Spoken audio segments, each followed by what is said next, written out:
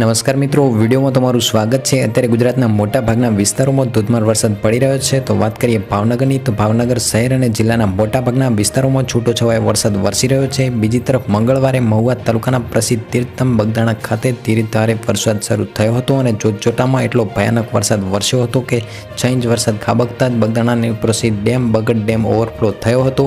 બગડ નદીમાં પહેલા જ વરસાદે ભયંકર પૂર આવ્યું હતું અને બગદાણાના નીચાણના દરેક વિસ્તારોની અંદર જળબંબાકાર જેવી સ્થિતિ સર્જાઈ હતી અને પાણી એટલું વધી ગયું હતું કે મહુવા બગદાણા અને તળાજા મહુવા હાઈવે બંધ કરાવવાની તંત્રની ફરજ પડી હતી, જેના કારણે તંત્રએ એલર્ટ આપ્યું હતું।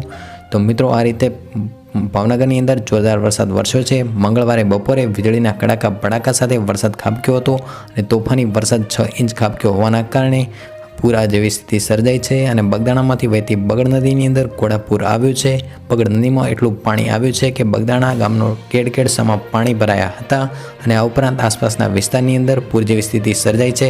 તો મિત્રો, અત્યારે બગદાણાની અંદર ભયંકર પૂર આવ્યું છે। તો આ તો આજનો વિડીયો ગમે તો લાઈક કરો, શેર કરો અને વરસાદની આગાહીની અને લેટેસ્ટ વિડીયો જોવા માટે આપણી ચેનલને સબસ્ક્રાઈબ કરો।